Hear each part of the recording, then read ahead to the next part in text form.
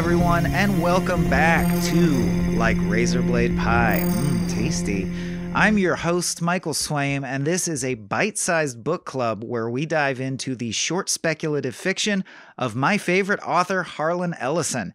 And the story we're covering today is called The Man Who Rode Christopher Columbus Ashore, as well as like shagging fungos and some other. It's called a lot of stuff. We'll get into it. And I have a great guest and pal who I'm very excited to bring into the conversation in a little bit. But right before we do that, I wanted to read you some lines from the introduction of the collection that this story is in, which is called Slippage, because I think they will really make for an excellent framing of the discussion to come. So, and furthermore, I just want to say I've been very much wanting to prove to you guys why Harlan Ellison is my favorite author. And I've actually by chance picked some stories where he writes in a fairly straightforward manner. But this introduction, because he wrote Slippage near the end of his life, it's like peak Ellison. So this is what Ellison writes like. And I just wanted to share it with you because it delights me at a textural level. Ellison says in the intro to Slippage, and he's describing an earthquake here. So I think that's all the info you need. The unimaginative say it sounds like a train coming toward you. Bullshit. Nothing like a train. I used to ride the freights like a bindle stiff when I was a kid. Trains have a decent sound to them, a good sound. Tough, but a willing to accommodate you. This damned thruster had absolutely nothing in common with a train. Then there are those whose best analogy is it was a deep rumbling noise. Your ass. A deep rumbling noise is what you get out of your stomach when you've had too many baby backs and hot links. A cranky bear makes a deep rumbling noise. The radiator, the water pipes trying to carry the load. Krusty the Clown makes a deep rumbling noise. I'll tell you precisely what that mother sounded like. Ever see one of those Japanese samurai movies featuring the masterless Ronin who travels around with his baby son in a wooden cart that rolls on big wooden wheels? The Lone Wolf and Cub films, what they call the Baby Cart series? Okay then, are you familiar with Corduroy Roads? Which, if you are, you immediately get the analogy. He goes on to describe experiencing an earthquake where he was injured badly and had to recover in the hospital for some times. And a little later on in the introduction, he says, the English playwright David Hare has said, the most dementing of all modern sins is the inability to distinguish excellence from success.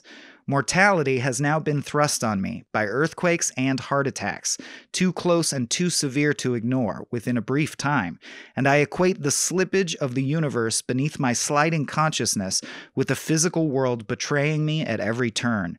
You'll generously ignore my self-absorption. Like you, I'm only human, which may be an explanation, but I'm not sure it's an acceptable excuse.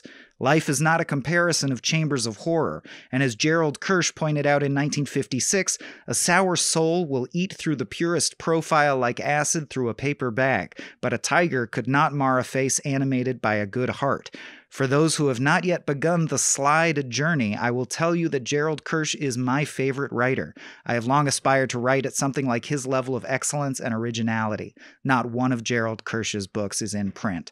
Buttonhole any 200 people at random in the streets of any major city, and I'll buy you a hot fudge sundae with whipped cream and crushed nuts if you find one who's ever heard his name or can tell you what he did for the totality of his life. Each book I have written seems to declare its own theme. This time the theme is one of nervousness, the ticking of the clock, the unreliability of sweet earth beneath our feet, and the dear beating heart within our chests.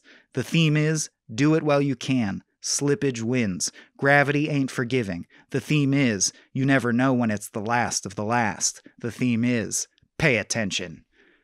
Good shit! Welcome, friend, Big Bean, and streamer, Alebrelle. Hey, buddy. I am paying attention. You can talk now.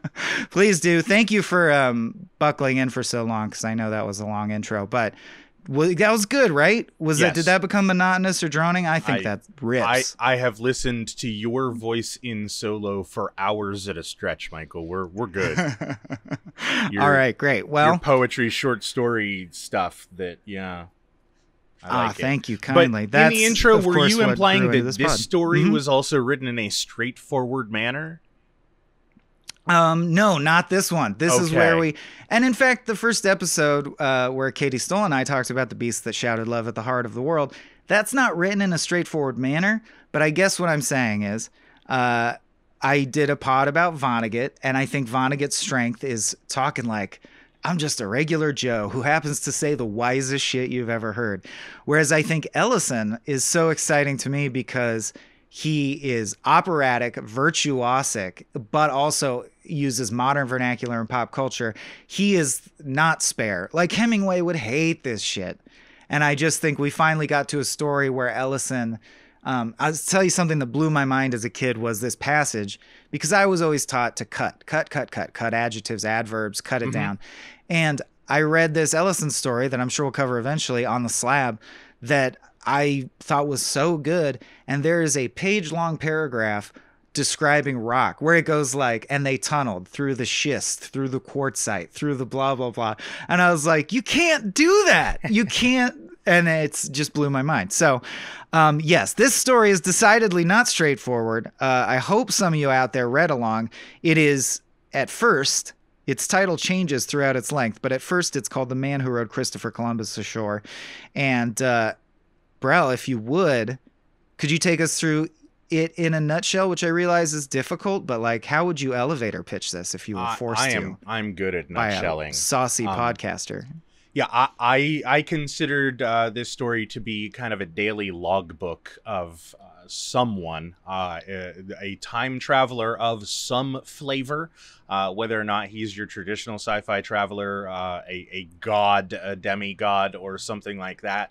But it is a 1 month excerpt of his daily activity, which to me is a really weird choice to do a day-by-day log of a time traveler, because it also it's giving you a specific date, but then it's talking about all sorts of different years and locations and everything, and I'm not certain what that means or is intended, but that's the story is that it's a big mess of single stories that take place across a little over 30 days.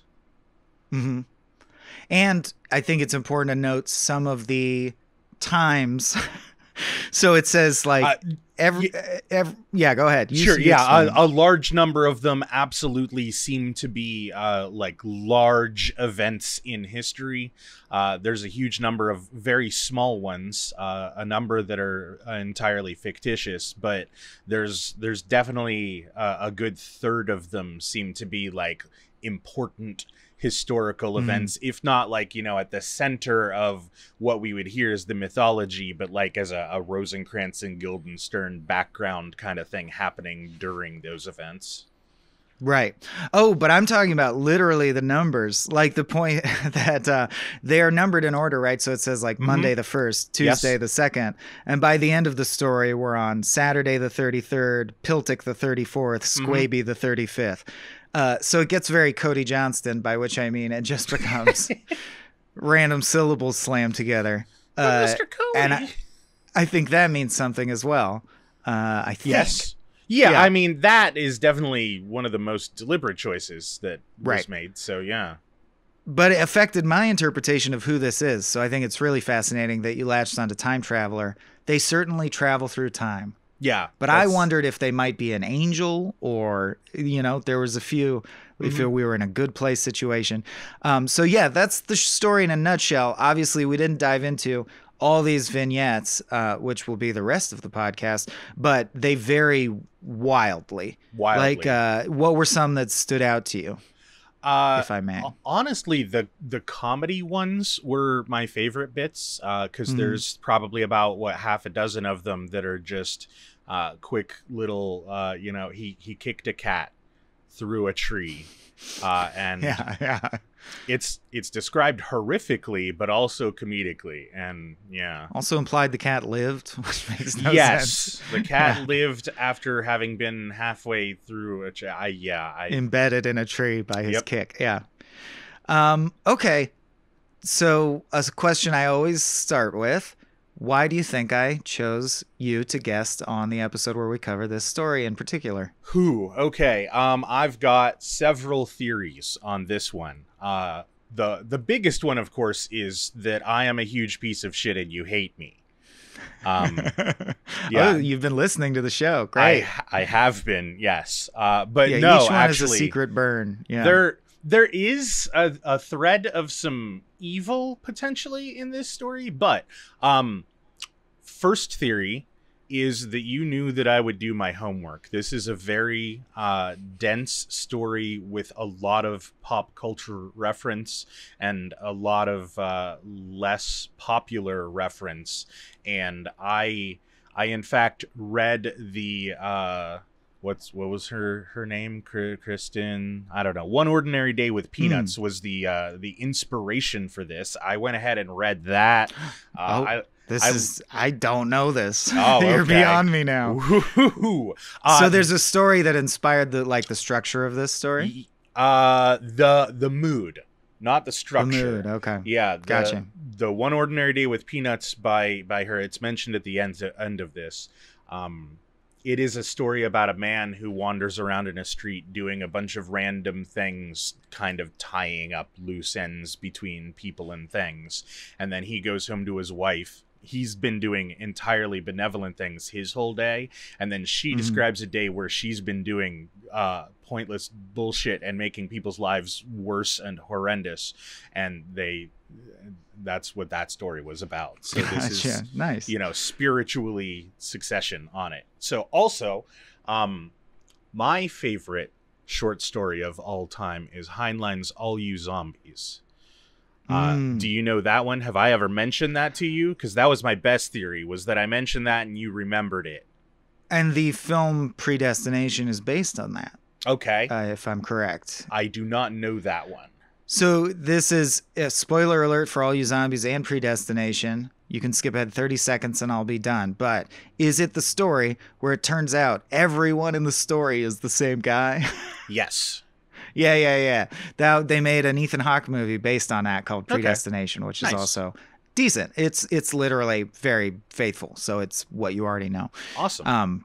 But yeah, fantastic story. What a concept. Mind-blowing. Yeah, that one, read it in high school as like a sophomore, and it blew my mind. Loved it to death, and it's been my favorite. That and Harrison Bergeron have been my two favorite short stories ever. And then continued theories on why you might have picked me on this is we both really, really like dark stuff. And that was part of it. Yeah, this one alternates between some really, really brutal, dark stuff and then just some arbitrary, fun stuff. I'm also a hard left anarchist, and this definitely has a huge thread of anti-authoritarianism. It's got politics in there. Yeah. So I feel like it's probably a milieu of all of that kind of put into a pot together and sifted out. Absolutely. But I would also add, I think at the top of the list with a bullet is I know you to be an observer of human nature who sometimes feels not like you have had difficulty, right, in some cases or in some passages of your life, getting out there and having a vibrant social life and mixing it up in the real world. Is that fair to say? That is more than fair to say. Yeah, yes. I don't mean that as a slight at all. I just mean that we've bonded over that. And I super appreciate your openness. People, of course, might remember you from our Tales from the Pit episode. So I do feel like I have sort of a special emotional level, intimate bond with anyone who's been on that show and been willing to sort of share that space with me. So bouncing off of that, I just feel very much like this is someone who is an outsider talking about looking at the world and humanity from a position of being able to judge it in their way, quote unquote, objectively.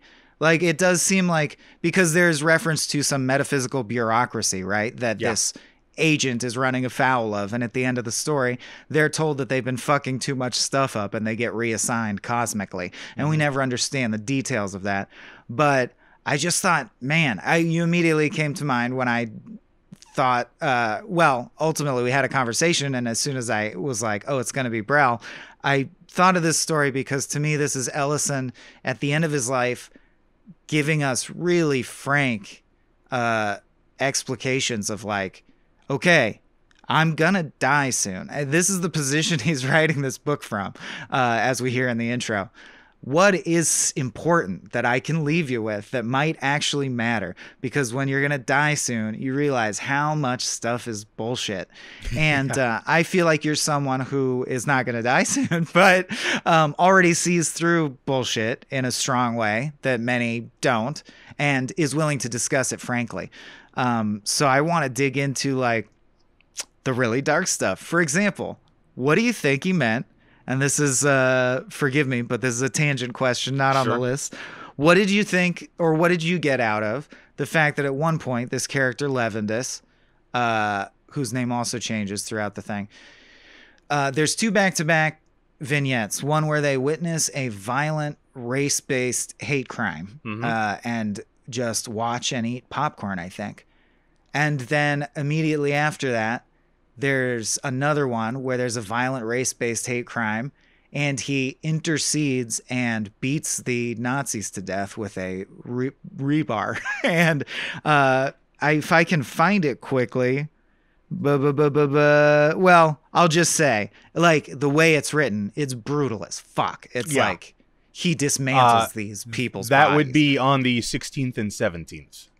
Oh, thank you. Yeah. So what's the point of that? Why not intercede and intercede? Why put those vignettes back to back? Why include something so shocking twice? Well, first, backtrack a half a second there. I'm very flattered by your explanation of why you picked this for me. I feel that of myself, that I am a viewer of these things, and it's so second nature to me that I didn't even consider it consciously that I do that. So you're a keen observer of human nature. Yeah. It makes me feel very seen. Thank you. My pleasure. As intended. But yeah, watching Nazis and then killing Nazis. There's a lot of different things that could be said, but I feel like our main character here, Levendus, he's also learning through his process. And I feel like that is the shortest version of what we supposedly learned during World War II, in that if you let Nazis do their thing, it will bring nothing but pain and suffering and horror into the world. And there's only one answer to that sort of violence, and that's removing it as horrifically as you can so that it doesn't come back. And I would say that the first one is him either soaking in the fullness of that hate so that he can properly act on it on the next day, or it's him seeing it and then reflecting on it in the in-betweens and then deciding he needs to do something about it on the following day. Interesting. Yeah, and it's trigger warning. He drove the end of the rod into the eye of the skinhead, punching through behind the socket and pulping his brain. Then Pyle drove the wooden rod into the other kid's mouth, shattering his teeth, turning the back of his skull to flinders. The dowel scraped concrete through their ruined face. Jesus Christ. That's really interesting, because for me, and I do think this has to do with the state of America right now. I've been feeling fatalistic and nihilistic, and I was wondering if it wasn't, someone's committing a horrible hate crime. You could do nothing. That's bad. You could violently demolish them. That's also bad, because he makes it seem unpalatable, at least. And I was like, oh, so there's nothing you can do. There just will always be hate and violence. I actually like your interpretation a lot better, which is like, no. Levendus saw a hate crime and was like, I'm going to go kill some Nazis. Yeah. I do like that interpretation a lot. It's simpler. If you're taking the idea that he's an angel, perhaps, because that's certainly one interpretation you could easily read from this story. There is such thing as righteous anger. And a proper holy, like, killing Nazis it's not an act of hate, it's an act of cleansing. He mentioned One Ordinary Day with Peanuts. He drives around in a van blasting through the PA that everyone should read that. Yes. Yeah. There's also an Andy Rooney-esque element to this, which I hate to say because I do think it cheapens the story. And I hope people have already read it. But I think some of it is him doing a little vignette that's just like, this is my political opinion disguised as a vignette. Like the driving around in a bus telling everyone to read Shirley Jackson's One Ordinary Day with Peanuts. It's like, oh, okay. Well, that's just you putting in your favorite short story and suggesting the reader. Man, I love that you then went and read that. You actually took, like, Harlan would be so pleased. I did not.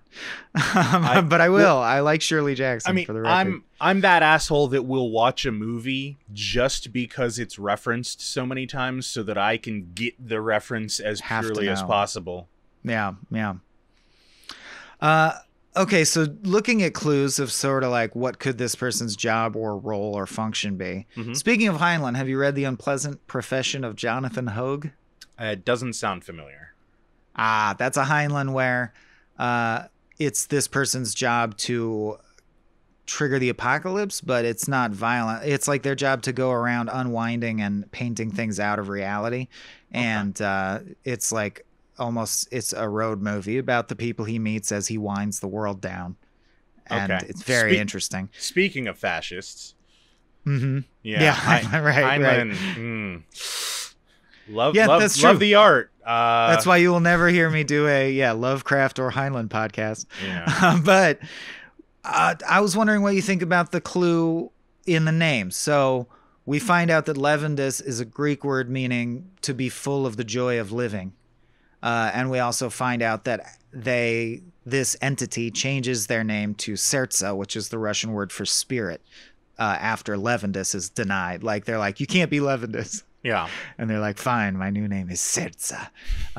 And then also, as I noted with great delight several times, this story starts with the phrase, this is a story called The Man Who Rode Christopher Columbus Ashore.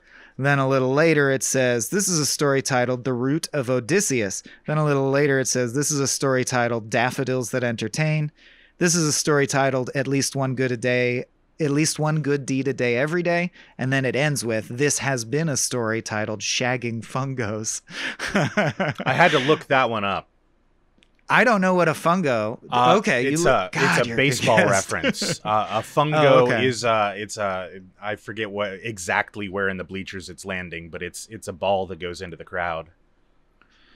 See, so that's, I mean, if each of them is sort of a encapsulation of humanity in a single phrase, shagging fungos actually tells me a lot.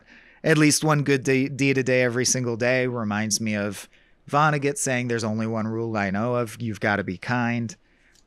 So I don't know. What did you get out of those? I could see them as like encapsulations of, like if you had like humanity's epitaphs, maybe. Yeah, this literally was the one part that was completely opaque to me. I had no idea how to read them. In fact, the first time I read it, I did not know that they were intentionally there. I thought they might have been an artifact of the magazine scan that I was reading, to the point where I looked up the story in slippage, which is available on the Internet Archive to borrow for free if you would like to read further on that whole thing. But yeah, it was also reproduced there, so I knew it was part of it.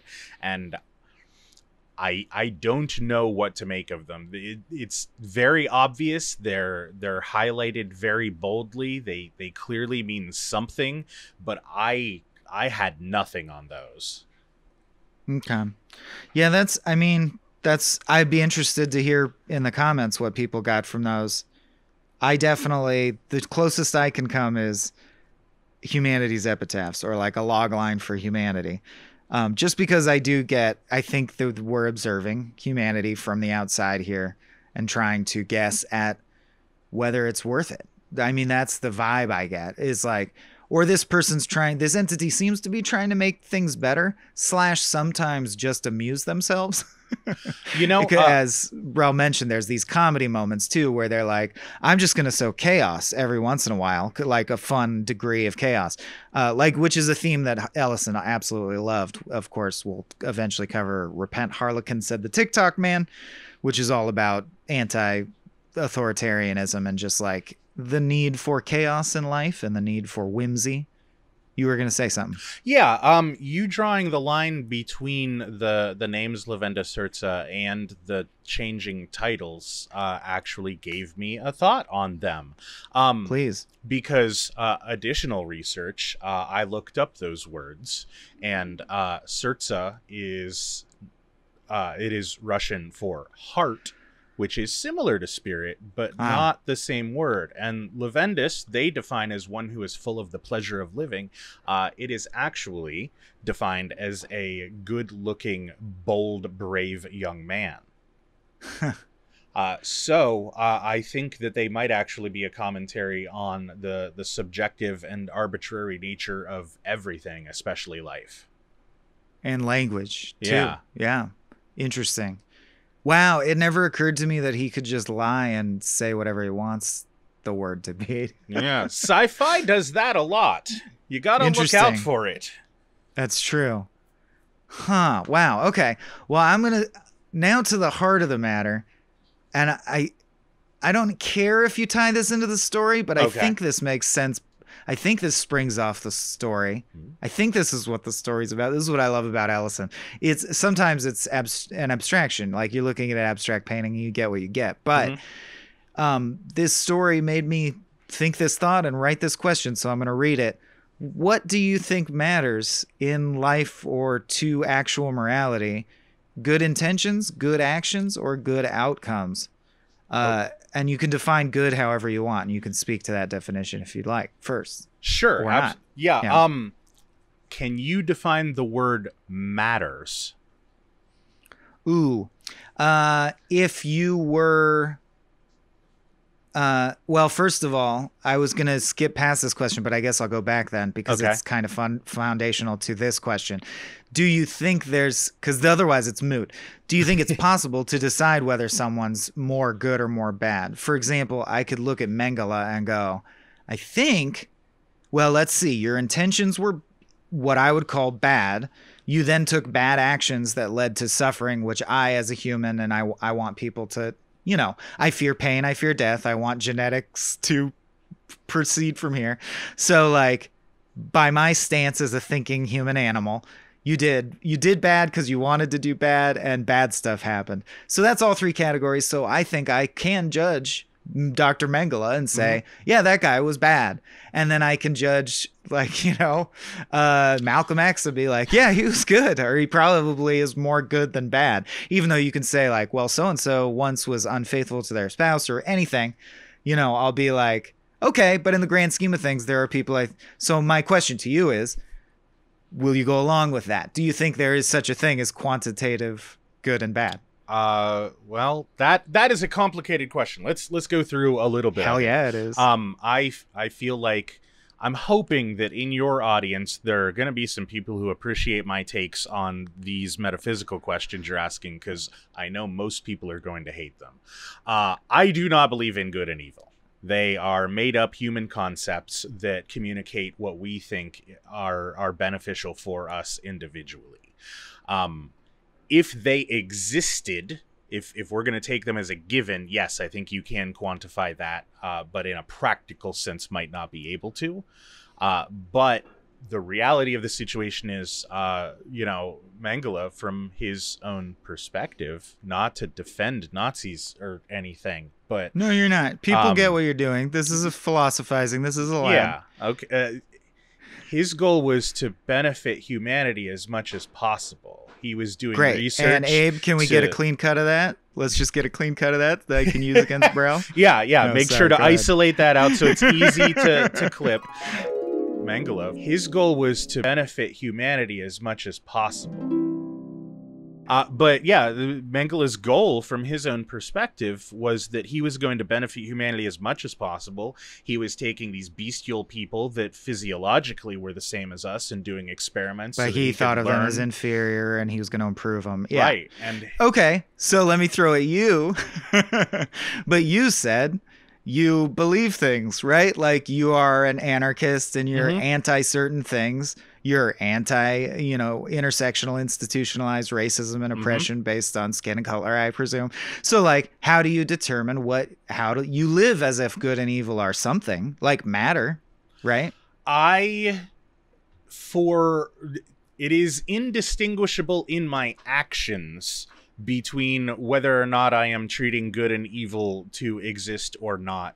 But my underlying principle of action is that which benefits me the most, which I generally interpret as that which benefits society the most, because I was I'm going to a say member of it's sort society. of what benefits me, but also any group I identify with, right? Like we can conceptualize a collective and think, well, Right. that's good because it benefits my family, my in-group, my cohort, whatever. Yeah, and I think very broadly about my in-group and cohort. I that's why I really enjoy the ideas of, you know, socialism, communism, etc., because it's going to lead to a better situation for everyone.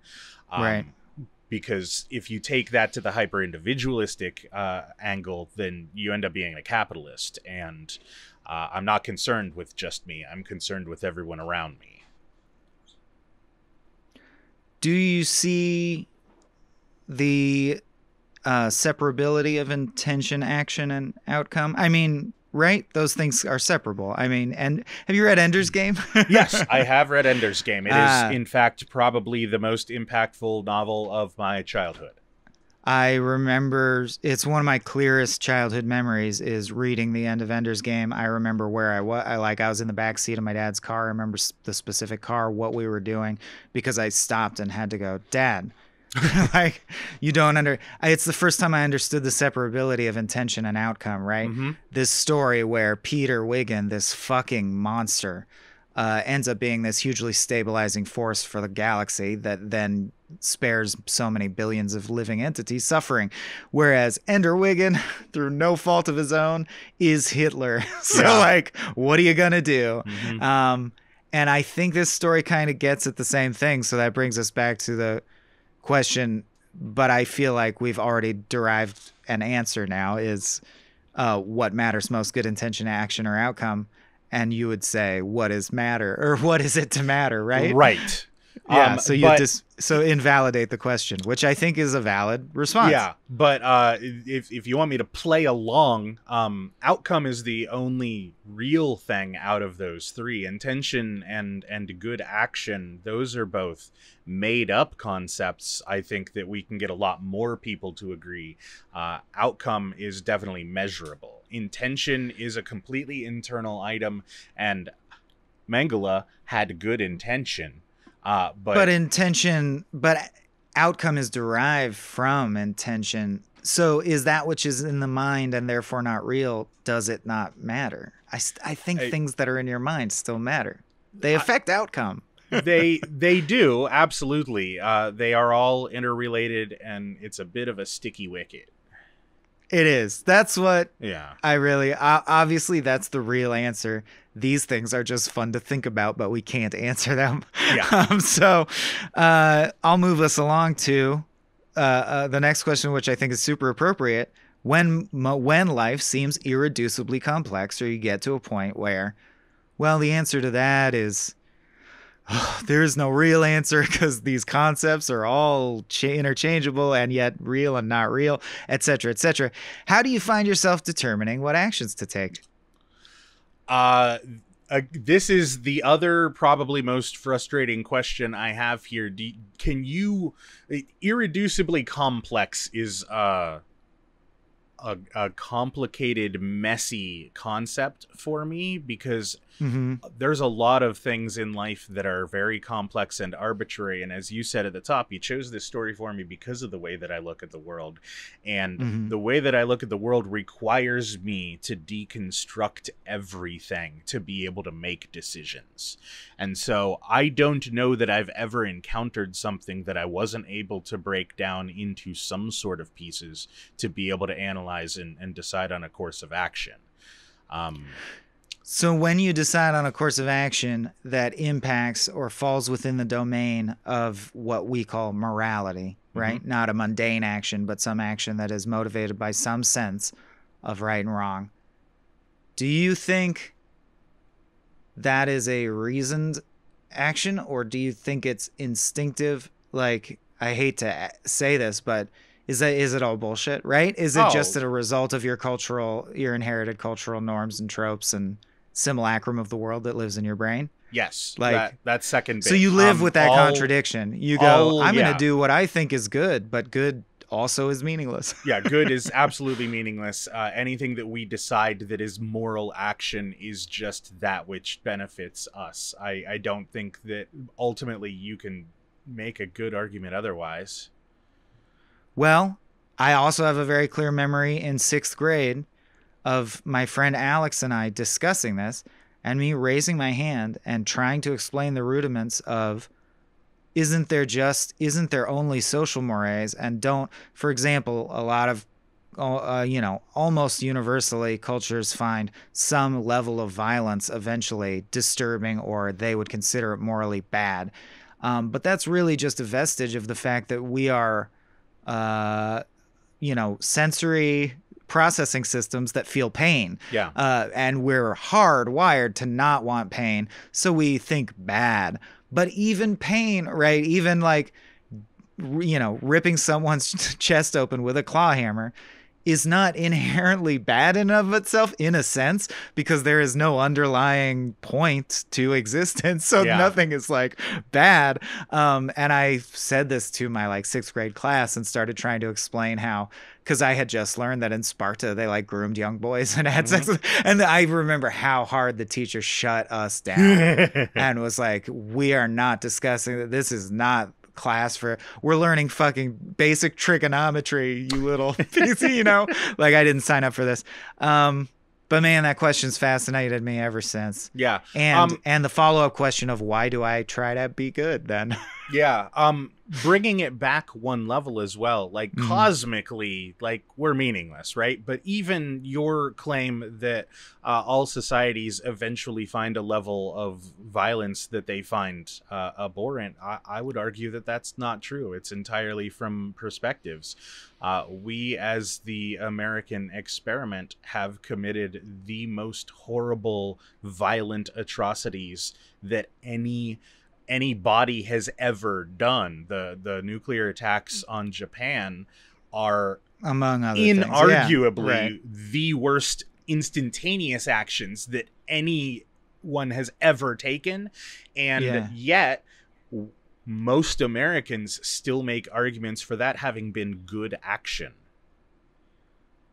Yeah, you're totally right. So like it's weird, which means, I mean, and this is grim but true in comparative culture, like history of the earth. Like, I think of rape as the ultimate wrong thing, and yet there is such a thing as rape as a weapon of war. It's okay in this context. So everything is contextual to such a degree. Man, you're right. Even in the present, man, you just made me self-reflect in a big way, because I'm like, I always put it in a box, right? I'm like, right, like how in Sparta, and you're like, motherfucker, now. Yeah. Like, we just, the cops murder people all the time. We just shot all those kids in Uvalde, like, now. So yeah.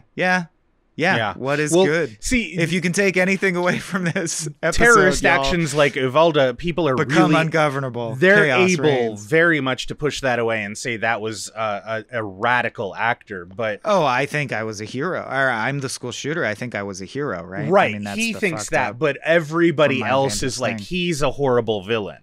But right. For us to think that we are the heroes and yet we nuked a civilian population, that is a completely discordant thought, and that anybody can hold both of those in their mind at once is baffling to me. Yeah. Well, this is what I mean by irreducibly complex. But Yeah. not technically, because you're right. Anything can be reduced. You got me there. Hey, do you believe in free will? Kind of. Okay. This is one that I go over when it comes up in my streams all the time. I believe that everything is 100% completely predetermined. If we were able to take an outside perspective and quantify every ounce of energy and matter, we would be able to predict with 100% certainty everything that was going to occur. However, and does quantum waveform theory and string theory make you doubt that at all, or do you still firmly believe that? I still firmly believe that, but I I thought also quantum know implied some element of chance to the universe. it does that can't imply that, and I'm be. Mhm. certain that quantum physicists, etc., would argue that this point. But from Mhm. a functional level, we will never be able to observe all of it and quantify all of it. And so what is happening is indistinguishable from free will. So Right. we do act from any observable point that we could define. We are agents of free will.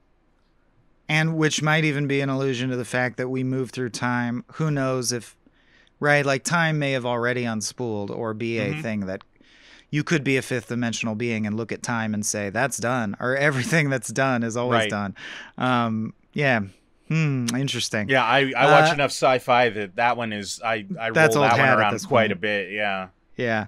So where do you stand on, do you find that people act as mostly from an emotional space, or I wonder, so I used to think there's been a shift where I was like, well, cavemen probably act more from an emotional space and then less from a reasoning space. And today we probably act more from a reasoning space. Even if the reason is delusion, it's probably built on like the mental artifice. You know what? Does that make sense? Meaning, that was going to be my imagine answer to your question, actually. Okay. Is- is that it is- can be built on delusion? Yeah, it's mostly built.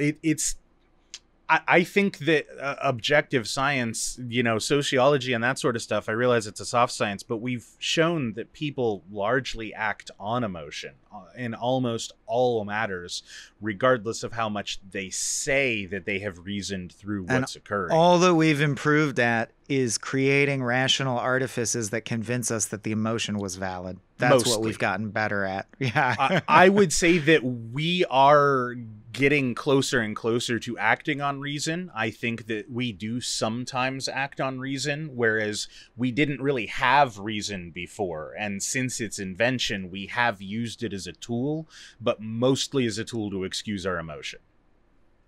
Whew. Yeah. So we're just doomed. Yeah. But it's still fun to read short stories. Well, you can. So, before we get into my favorite segment, final question. Mm-hmm. If you could sidestep, which is what they call traveling through time and space in this, and you have all the powers that Levenda seemingly has, what do you think is the most hilarious thing you could do? Or what would you do?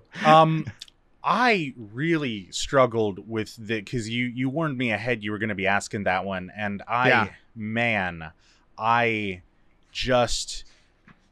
struggled so much to come up with useful answers to this one, but I've always been fascinated by some of the real little mysteries and funninesses of the universe.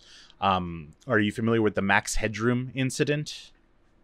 I'm familiar with the show and the character Max Headroom, but what's the incident? The incident is, I think it was a Chicago television station was hijacked for like 20 seconds once back in the late 80s. And I have heard of this. Right. And there was this guy that was dressed up in a Max Headroom mask, and he said some anti-corporate things, and there was like a spanking involved, and it's completely unsolved. Nobody knows who this hacker was, what their intentions were, etc. That sort of thing. The super deep borehole in Russia, the deepest hole we've ever created as humanity, out of which some say they hear the screams of hell.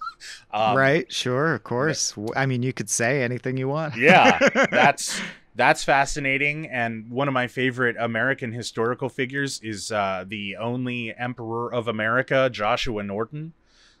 He's a fascinating figure that I would love to see more of him. So you'd more tour around. You'd use it to find stuff out. Yeah, probably. Find the little weirdnesses. I like weird. Off the top of my head, I think I'd take some kind of food that's been perfectly engineered in a lab to have like bliss point back and give it to like, I don't know, George Washington or something. I would just like to see like tropical flavor Skittles in the hands of Shakespeare. Interesting. Yeah, suck on that, motherfucker. What do you think of that shit? And verily, this beeth the greatest. I just think that would be delightful. I think they would agree. And the counterpoint to that, if we both had this power and you said, "Oh, I took Skittles to George Washington," I'd be like, "Okay, well, I'm gonna take our fucking shitty Grand Michel bananas back to people that are eating the we have Cavendish. They had the Grand Michel, right? They had the Grand Michel. Yeah. They had the tastier, bigger bananas. The tastier, bigger bananas. I take our shitty bananas and say, this is the banana that we have now because we fucked up. You have it way better than us. That factoid has come up recently on a Small Beans podcast Nice. as well. We're all mourning the loss of the banana. And now we're going to lose anyway. Yeah. Banana game is done. Yeah, bananas are gone. Okay. Well, that brings us to, as I said, my favorite segment of the show, Harlan's Parlance, where we talk about any key lines, and this can range anywhere from I got nothing to I have 50 things to read you. This time I actually have quite a bit. Okay. How about you, Brel? You please go first. Yeah, Anything stand out to you this time? I picked out a couple. The only really pithy one was when he was quoting the sculptor, saying that the best advice he ever learned from him was establish enigmas, not explanations. And I feel that speaks really highly to, what I was just saying about what I'd probably do with this power if I were going for, weird. I love weird. I'm that jerk that will give you a mystery scenario and not give you the answer until you've tried really hard to solve it on your own. And you're starting a D&D stream. I am, yeah. Well, not D&D. That much frustration. Personal bugaboo. It is a tabletop role-playing game. D&D is a specific system. Yeah. It's not a Band-Aid. It's an adhesive bandage strip. Okay, fair. Yeah. Were there others before? There were others Tumblr, that were more like passages. Yeah. Let's see here. Second story, I only noted I didn't copy the whole things down because they're like 2 and 3 sentences. So let me find this one. Yeah, is this guy... This story I found to be a little self-aggrandizing. It's the one where he's talking to the psychologist very early in the story, talking about his mouth disappearing. And yeah, I read that as an obvious allusion to I have no mouth, obviously. And at the very end of that, he says the patient who has insisted that his mouth is disappearing, and the psychiatrist can see the guy's mouth, and he's leaving in a huff, saying, "It's a good thing I can read lips," he said, placing the hat on his head, "because I certainly don't need to pay your sort of exorbitant fees to be ridiculed." And he moved to the office door and opened it to leave, pausing for only a moment to readjust his Homburg, which had slipped down due to the absence of ears on his head. Which is just... He ain't got no ears. Yeah. It's a vaudevillian level joke wrapped in a delayed punchline, and I like I said, I really appreciate a lot of the humor in this one. Yeah, and there is a fair bit of humor, and I think it's some of Ellison's strongest, because I will say there's other stories where he comes off as Andy Rooney, cranky old man, which maybe we'll cover someday, because that's also interesting. But I want to start with his heavy hitters and the stuff that I really, really get a lot of joy out of. Okay, I've got one, if that's all right. Yeah, alternate, sure. Yeah, this is the opposite, and I think it's a good example of between that thing we just read and this, you're like, okay, this story has contrast. I get it. In this, he has... Oh, we forgot to say, when he's in these, it's almost like Quantum Leap. Like, he's able to take on roles and forms.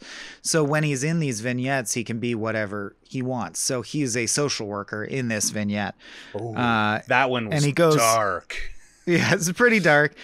He goes upstairs and he hears screams, and he opens the door and saw the most beautiful young black woman he had ever seen tearing the rats off her baby. He left the check on the kitchen table. He did not have an affair with her. He did not see her fall from the apartment window 6 stories into a courtyard, and never knew if she came back from the grave to escape the rats that gnawed at her cheap wooden casket. He never loved her, and so was not there when what she became flowed back up through the walls of the tenement to absorb him and meld with him and become one with him as he lay sleeping penitently on the filthy floor of the topmost apartment. He left the check, and none of that happened. That is so powerful to me for a passage about events that didn't happen. Like, even in the fakery of the short story, he's saying that none of that happened. I'm like, oh my God. It reminds me of my favorite Llewyn Davis shot, the wasted potential of passing the exit on the freeway, that he knows his estranged son lives off that exit and he just passes it. Oh, and you're like, oh, I read this passage very differently from you. Oh, go for it. Yeah. Again, to the nature of lies, to me, that was the reality he presented to everyone else. The reason that we're going through all of that detail and insisting that it didn't happen is because it did. Oh, yeah. She did die and become a ghost and meld with him, and in that vignette. Wow. Well, that might be more allegory, but the whole he slept with her and she committed suicide and he wasn't supposed to do any of that. I didn't do that. Right. Yeah. Interesting. Then it's almost like an inner light thing, because that would be one of the only vignettes where Levendus lives a whole life, or it's implied.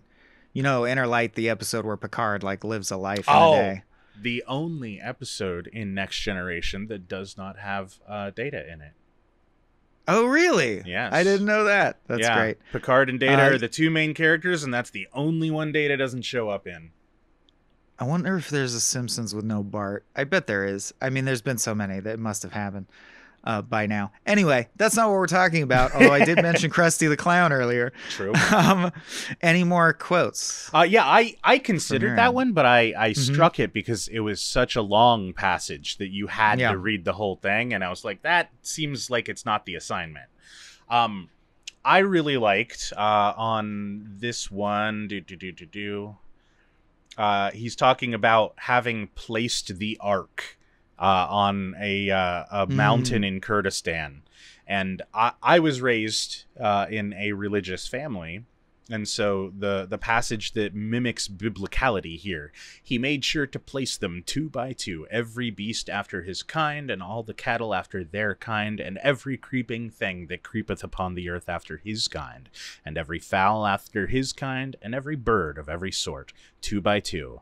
Also, the bones of pairs of griffins, unicorns, stegosaurs, tengus, dragons, orthodontists, and the carbon-datable 50,000-year-old bones of a relief pitcher for the Boston Red Sox. To me, Ellison. that one reads so very Douglas Adams. Yeah, they have crossover. Two of my favorite authors. It's a nonsense in a very, very specific way. Yeah. That's what I mean is Ellison's signature thing is no, not spare. True, like Hemingway said, spare and true. And Ellison says true, but not spare, for example. And given the political situation we're in at the moment, and for quite some time, decades now at this point, frankly. But I just think this probably seemed cranky old man yelling at Cloud at the time this was originally published. Now seems like, yeah, that's basically spot on. He talks about Levendus going and eliminating a repugnant, like I forget what they did, but it's the former head of the Ku Klux Klan, and he gets them eliminated from a political race. Like, they're no longer a threat. They're not going to run. Yeah. And this leaves the electoral field open for the enlightened voters of Louisiana to a man who, as a child, had assisted Mengele's medical experiments, a second contender who had changed his name to avoid being arrested for child mutilation, and an illiterate swamp cabbage farmer from Baton Rouge whose political philosophy involved cutting the throats of peccary pigs and thrusting one's face into the boiling blood of the corpses. Waste not, want not. Yeah. Woo! A lot of repetition in the whole story, too, because that's the second instance of saying waste not, want not.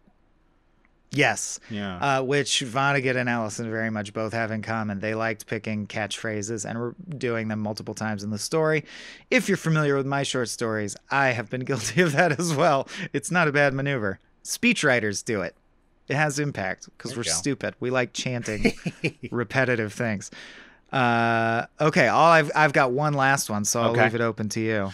Yeah, I had one more. I'm trying to find it.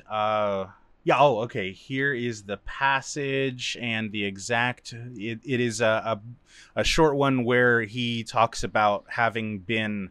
It sounds like one of the liberating troops at one of the work camps in Nazi Germany. Mm-hmm. And I particularly liked this description of people who are still alive. It becomes clear in this passage, entwined so cavalierly that here a woman with 3 arms and there a child with legs of a sprinter 3 times his age, a woman's face looking up at him with soot for sight, remarkable cheekbones, high and lovely. She might have been an actress. Soot for sight. Wow. Yeah.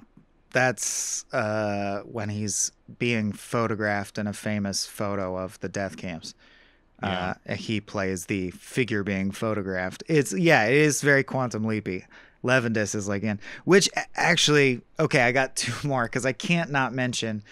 Okay. And this isn't a quote so much as my favorite vignette sequence, which is there's a vignette where he gives a penicillin injection to sex worker in like 1800s London so that instead of dying due to Jack the Ripper or something like that, or of syphilis, her syphilis is cured. He gives her money. She lives in an abandoned house, has children, and like her grandchild grows up to be a hero that saves billions of lives. And then later there's a vignette where he rows Christopher Columbus ashore, the titular action, and they all order pizza, and the man who had done the rowing made sure that venereal disease was quickly spread so that centuries later he could give a beautiful young woman an inoculation in her left buttocks. So in other words, he's responsible for the genocide of the Native Americans and also saving, presumably, a roughly equal number of lives later by curing the venereal disease that he implanted. And I think that's a very... like Ellison does, it's not as pithy or concise as Vonnegut, but it's the same truth that Vonnegut says, which is we don't know good news from bad news because we don't know enough about what's going to happen. It's impossible to tell. Like he's trying to help and he fucks everything up. He tries to help and it goes well. You know what I mean? Just that chaos is so poetic to me and very true. Yeah. It's like Herc in The Wire. Okay, and the final thing I want to quote just so people get a nice wrap up. And if you haven't read the story, understand or can start theorizing about who you think Levendus is. The actual most we get about what is going on, what does this all mean, is the final passage, which reads, Levendus, on Squabe the 35th of October, he was advised by the front office that he had been having too rich of a time at the expense of the master parameter, and he was removed from his position, and the unit was closed down, and darkness was penciled in as a mid-season replacement. Which, of course, implies that it's a very good place to me. It implies that it's run like a TV network, right? Like reality is a TV network. Yeah. And Ellison hated TV. What's that movie with the dude Defending Your Life? No, the he plays a ghost cop.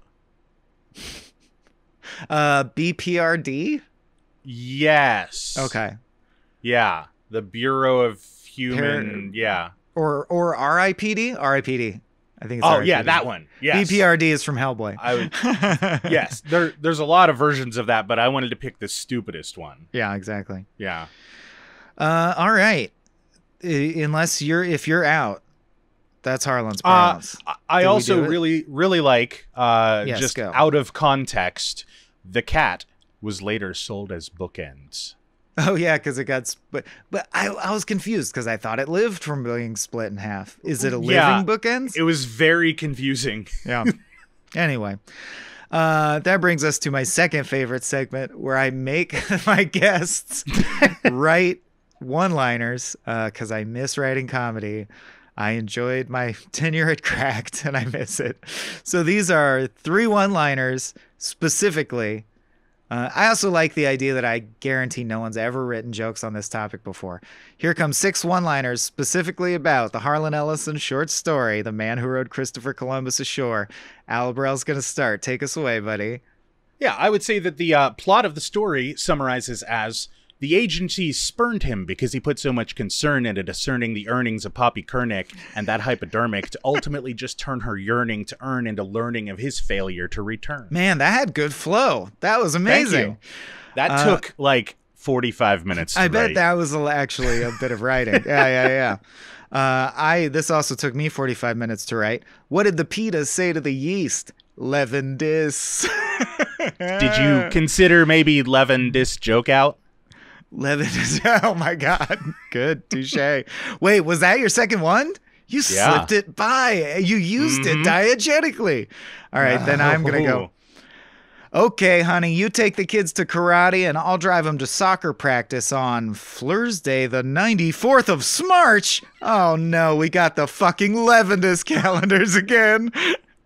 Okay, you have to imagine a scene for that one, but yeah. Yeah, that one's sorta funny. Oh boy. Oh, that takes you 3 for 3. And in the home stretch now, I'm sorry, listeners, we're almost done. Hey, Harlan Ellison, First Silver Corridor, now this. Like vignettes much? It's hard to read the words at the edges of the pages because they get blurry and fade to black. Vignettes. That's a vignettes joke. Does that make sense? In post-production, when the edges of something are blurred and faded to black, that's a vignette. I had to read it a couple times. Yeah, it's bad. It's the worst one. Yeah. That's why I put it at the end. All right.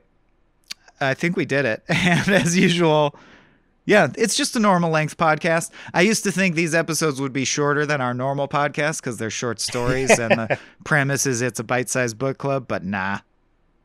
It's been a delightful near hour chatting with you, my friend. I've certainly enjoyed it. Oops, sorry. I ramped the plugs. Fine, yeah. But where can people find you, find out what you're doing, potentially see more of this tabletop game? I'm learning. Ooh. Yes. I am on all of the platforms at Alebrelle, Alebrelle.